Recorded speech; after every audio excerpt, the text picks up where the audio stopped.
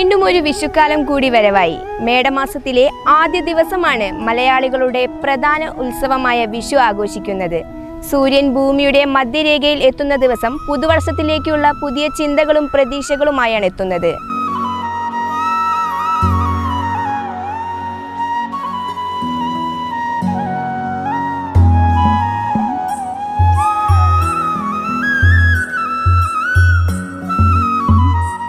പഴമയുടെ വിഷുക്കാലം എങ്ങനെയായിരുന്നു എന്ന് നോക്കാം.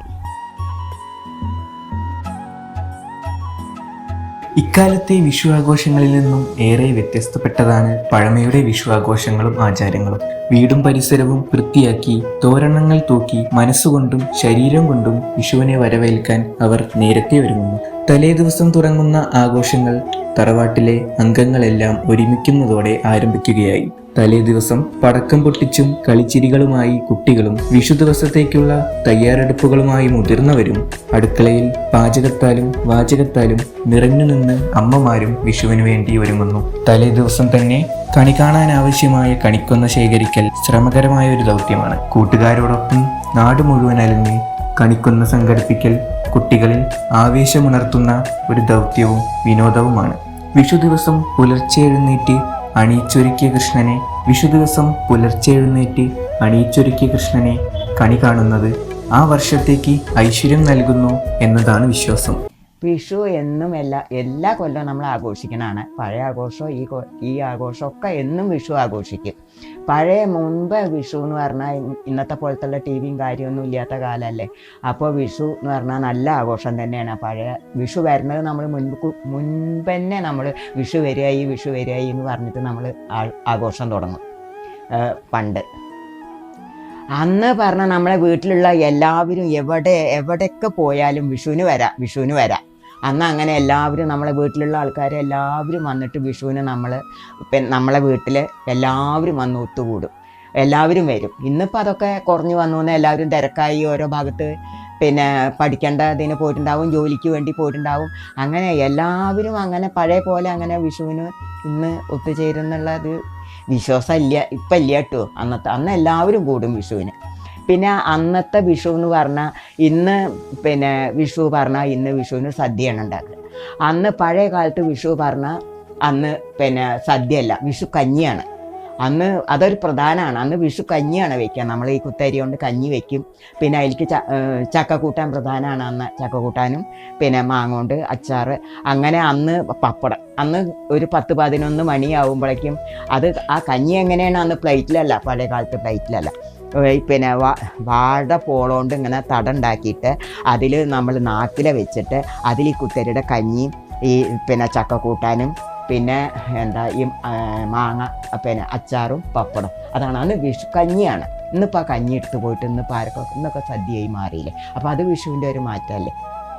അന്ന് നമ്മൾ നല്ല അലക്കുക എന്നാ പറയുക. അന്ന് അലക്കി മുണ്ട അന്നൊക്കെ വെള്ള തുണികളല്ലേ ഉണ്ടാവുക. അപ്പോൾ അതൊക്കെ അലക്കി വൃത്തിയാക്കിയിട്ട് അന്നും അങ്ങനെ കോടി ഉണ്ടാവില്ല. ചിലപ്പോൾ നമുക്ക് അങ്ങനെ അലക്കി വെച്ച തുണികളാവും അന്നൊക്കെ അങ്ങനെ അലക്കണ. അപ്പോൾ അത് ചീറ്റിയിട്ട് അന്ന് എന്നാലും വൃത്തിയായിട്ട് അന്ന് അത് ചീറ്റിയിട്ടാണ്. അന്ന് കോടി എടുക്കാനൊന്നും കഴിയില്ല. പിന്നെ ഇന്നത്തെ പോലെ 1-2 മക്കളല്ലല്ലോ. അന്ന് ഒരു അച്ഛനും അമ്മയാണെങ്കിൽ ഞങ്ങൾ 6 മക്കളായിട്ട് ജീവിച്ച ആളാണ് ഞങ്ങളൊരു കുടുംബത്തിൽ അച്ഛനും അമ്മയും അങ്ങനെ 8 മക്കളെ 2-3 അങ്ങനെ ഒരു കുടുംബമായിട്ട് കഴിയുമ്പോൾ നമ്മൾ കുറേ ആൾക്കാരുണ്ടാവില്ലേ. അപ്പോൾ അതൊന്നും നമുക്ക് സാമ്പത്തിക ശേഷി കാരണം എടുക്കാൻ കഴിയില്ല അന്ന്. അതൊന്നും ഇന്നിപ്പോൾ അതല്ല. അന്ന് വിഷുവിനും കൂടി ഓണത്തിനും കൂടി ഇന്ന് എല്ലാറ്റിനും കൂടി എടുക്കില്ലേ. അതൊക്കെ മാറ്റം വന്നിട്ടുണ്ടെന്ന്. അന്നൊക്കെ പ്ലാസ്റ്റിൻ്റെ ഇല എന്ന് പറഞ്ഞിട്ടൊരു ഇല ഉണ്ടായിരുന്നു. ആ ഇല അങ്ങനെ കുറേ ചെറിയ പ്ലാവിൻ്റെ ഇല പോലത്തെ ഒരു ഇലയാണ്. ഇന്നിപ്പോൾ അതൊന്നും കാണില്ല. അങ്ങനത്തെ ഇലകൾ കൊണ്ടുവരും. എന്നിട്ട് അത് കൊണ്ടുവന്നിട്ട് വീട്ടിൽ അന്ന് അട ഉണ്ടാക്കും. വാഴൻ്റെ ഇല ഉള്ള ആൾക്കാർ വാഴൻ്റെ ഇല കൊണ്ട് ഉണ്ടാക്കും. അട പ്രധാനമാണ്. ഉണ്ടാക്കും. പിന്നെ സദ്യ നമ്മളുണ്ടാക്കും. ചക്ക പ്രധാനമാണ്. ചക്ക കണി വയ്ക്കും. കണി വെച്ചിട്ട് ചക്ക നമ്മൾ അന്ന് മുറിക്കും. ഒരു ചക്ക കൊണ്ട് എലിശ്ശേരി വയ്ക്കും. അത് പ്രധാനമാണ്. വിഷുവിന് അടയും ചക്കയും ഒക്കെ പ്രധാനമാണ്. വിഷുവിന് വെള്ളരിക്ക പ്രധാനമാണ്. കൊന്നപ്പൂ പ്രധാനമാണ്. എല്ലാതും കൃഷ്ണന് എല്ലാതും പ്രധാനമാണ് അന്ന്. കണിയൊരുക്കാൻ നാളികേരം, അരി, പച്ചക്കറി, പഴവർഗ്ഗങ്ങൾ, കരിമ്പ്, വെള്ളരിക്ക, സ്വർണം, വാൽക്കണ്ണാടി, ചക്ക, വെള്ളം നിറച്ച കുടം, വിളക്ക് തുടങ്ങിയവ കണിവെക്കുന്നവയിൽ പ്രധാനപ്പെട്ടവയാണ്. ഒരു നിറപറ നെല്ല് നിറച്ച് അതിനു മുകളിൽ നാളികേരം, കണ്ണാടി എന്നിവ വെച്ച് കിഴക്കോട്ട് ദർശന സമാവം വിധം വയ്ക്കും. കണി കണ്ട ശേഷം വീട്ടിലെ മുതിർന്നവർ വീട്ടിലുള്ളവർക്ക് കൈനീട്ടം നൽകും. കൈനീട്ടം നൽകൽ ഐശ്വര്യത്തിന്റെയും സമൃദ്ധിയുടെയും ലക്ഷണമായി കണക്കാക്കുന്നു. പിന്നീട് ബന്ധുവീടുകളിൽ സന്ദർശിച്ച് സൗഹൃദം പങ്കിടുകയും മധുരം പങ്കിടുകയും കൈനീട്ടം സ്വീകരിക്കുകയും ചെയ്യുന്നതോടെ വിഷു കുടുംബബന്ധം ഊട്ടിയുറപ്പിക്കുന്ന ഒരു ആഘോഷം കൂടിയായി മാറുന്നു. വിഷു ദിവസത്തിലെ പ്രധാന ആകർഷണമാണ് ഉച്ചയൂണ്. കറികളും എളിശ്ശേരിയും കാളനും പച്ചടിയും കിച്ചടിയും അച്ചാറും തുടങ്ങിയ വിവിധയിനം ഉപ്പേരികളോടുകൂടി മധുരത്തിന് ഒരു പായസവും കൂടി അടങ്ങിയ നാടൻ സദ്യയാണ് ഉച്ചയൂണിലെ പ്രധാന താരം. വിഷു ദിവസം വൈകുന്നേരം കുട്ടികളും മുതിർന്നവരും ചേർന്ന് വിവിധ വർണ്ണത്തിലും രൂപത്തിലുമുള്ള പടക്കങ്ങളും പൂത്തിരികളും കൊണ്ട് ആഘോഷിക്കുന്നതോടുകൂടി വിഷു ആഘോഷങ്ങൾക്ക് തിരശീല വീഴുന്നു. ഏവർക്കും വൺ ന്യൂസിന്റെ ഹൃദയം നിറഞ്ഞ വിഷു ആശംസകൾ. For the first time in Kerala, One News is the only channel that brings regional news to people from a virtual platform.